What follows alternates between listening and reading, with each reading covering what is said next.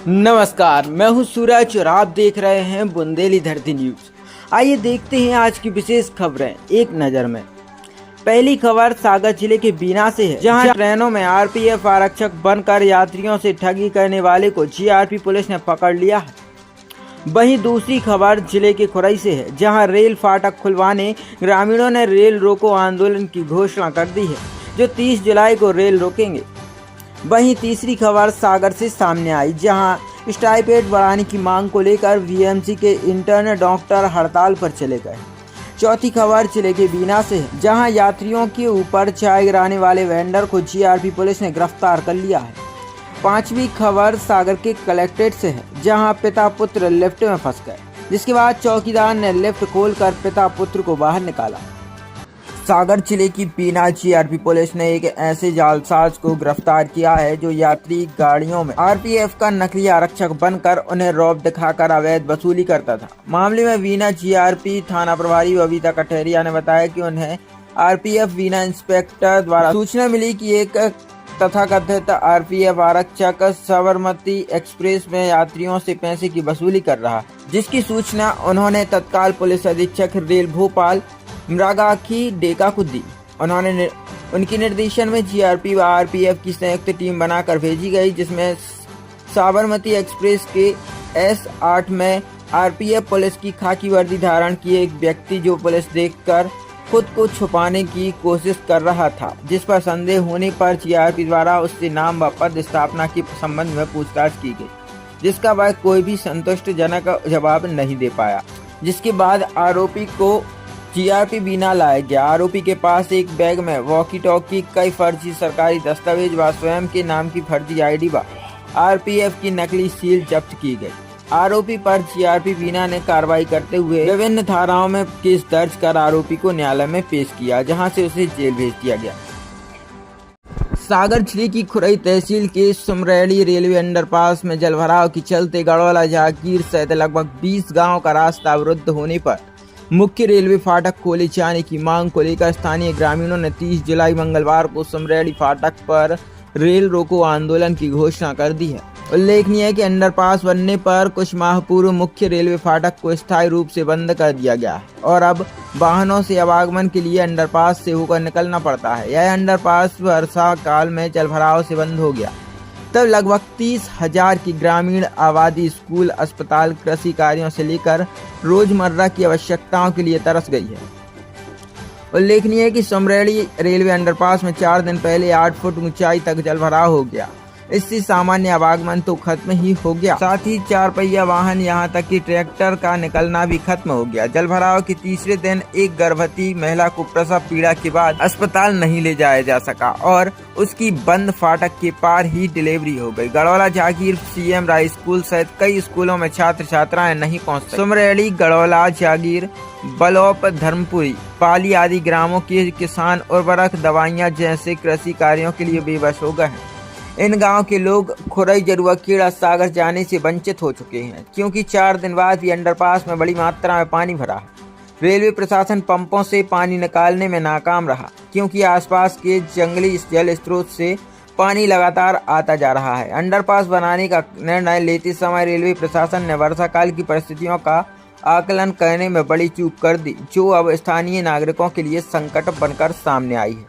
सागर के Bundelkhand medical college में intern doctor सोमवार से हड़ताल पर चले गए। उन्होंने स्टाइपेंड बढ़ाए जाने की मांग को लेकर वीएमसी परिसर में विरोध प्रदर्शन किया तथा सरकार से स्टाइपेंड बढ़ाने की मांग की। इन इंटर्न डॉक्टरों ने बताया कि वर्ष 2019 बैच के इंटर्न डॉक्टर 1 अप्रैल से लगातार बिना किसी छुट्टी के काम कर रहे हैं।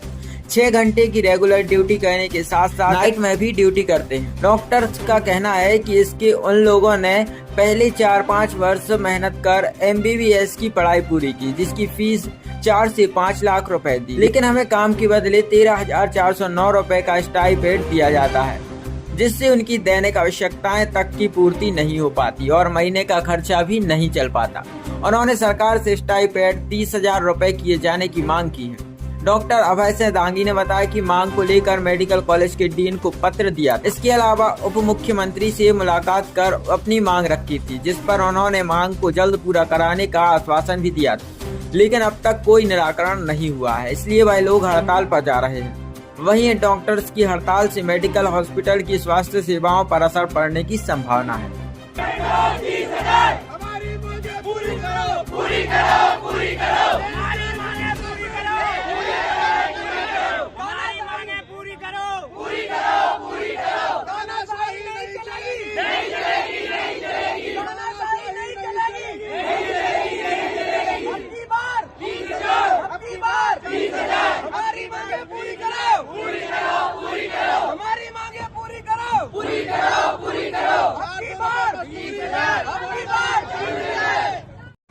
ट्रेन में यात्रियों के ऊपर चाय गिराने वाले वेंडर को जीआरपी पुलिस ने सक्रियता दिखाते हुए कुछ ही घंटों में गिरफ्तार कर लिया। गौरतलब है कि पूरे साप्ताहिक ट्रेन में एक वेंडर के द्वारा लापरवाही से यात्रियों पर चाय गिरा दी थी। इसके बाद 2 लोग गर्म चाय से झुलस गए थे। साथ ही ट्रेन में मची भगदड़ में 2 यात्री ट्रेन से कूद गए थे, जिनकी मौत हो गई थी। जीआरपी पुलिस ने मामला दर्ज और कुछ ही घंटों में आरोपी को गिरफ्तार करने में सफलता हासिल की।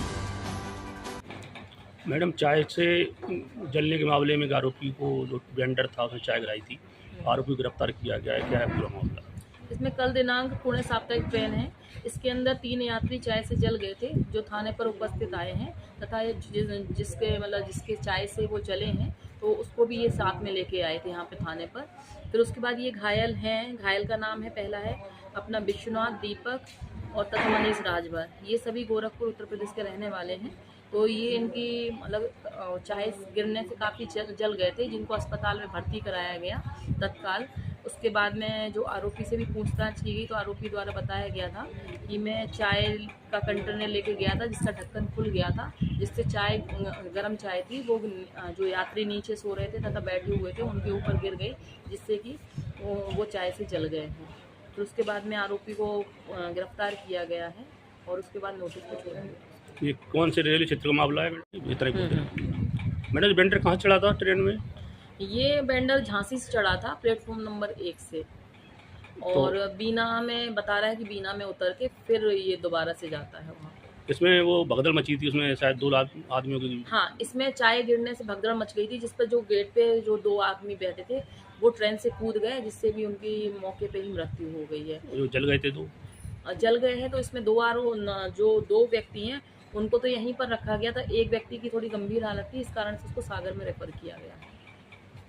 सागर के कलेक्टर कार्यालय में लगी लिफ्ट में पिता पुत्र फंस गए। लिफ्ट बंद होने पर वह घबरा गए। अलार्म बजाया। अलार्म की आवाज सुन चौकीदार मौके पर पहुंची और लिफ्ट के कर्मचारियों को बुलाया। लिफ्ट खोलकर पिता पुत्र को सुरक्षित बाहर निकाला गया। पिता पुत्र करीब 15 मिनट तक लिफ्ट में फंसे रहे। सोमवार को डालचंद्र पटेल अपने 5 वर्षीय बेटे के साथ कलेक्टर कार्यालय जाति प्रमाण पत्र के काम को लेकर पहुंचे थे। वह लिफ्ट से ग्राउंड फ्लोर पर जा रहे थे, तभी सेकंड फ्लोर पर अचानक लिफ्ट बंद हो गई। लिफ्ट बंद होने पर पिता पुत्र घबरा गए। उन्होंने लिफ्ट में लगी अलार्म को बजाया। अलार्म की आवाज सुन आसपास मौजूद चौकीदार पहुंचे। उन्होंने तत्काल लिफ्ट के कर्मचारियों को बुलाया। कर्मचारियों ने लिफ्ट को खोला और उसमें फंसे पिता पुत्र को सुरक्षित बाहर निकाला, जिसके बाद उन्होंने राहत की सांस ली। डालचंद्र पटेल ने बताया कि बेटे के साथ कलेक्टर कार्यालय काम से आए थे। लिफ्ट से नीचे जा रही थी, तभी दूसरी मंजिल पर लिफ्ट अचानक बंद हो गई। बताया जा रहा है कि बिजली बंद होने से लिफ्ट रुकी थी। अलार्म बजाकर मदद मांगी, जिसके बाद हमें सुरक्षित लिफ्ट से बाहर निकाला गया। इस दौरान करीब 15 मिनट तक लिफ्ट में फंसे रहे।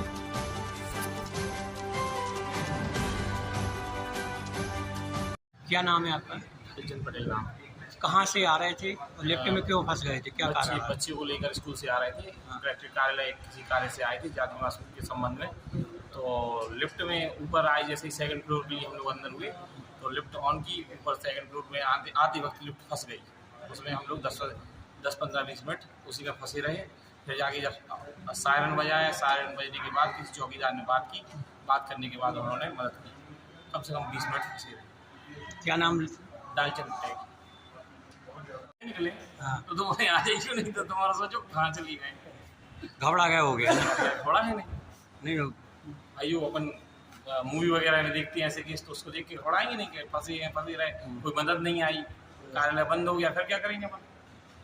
कलेक्ट्रेट परिसर है, ज़्यादा समय भी लगा। कैसे सूचना दी आपने? सायरन में जाके चौकीदार को सूचना दी और हमने अपने कुछ परिचितों को सूचना दे दी थी कि हम लिफ्ट में फंस गए हैं, अगर कुछ देर बाहर ना निकले तो आप लोग आके मदद करिए।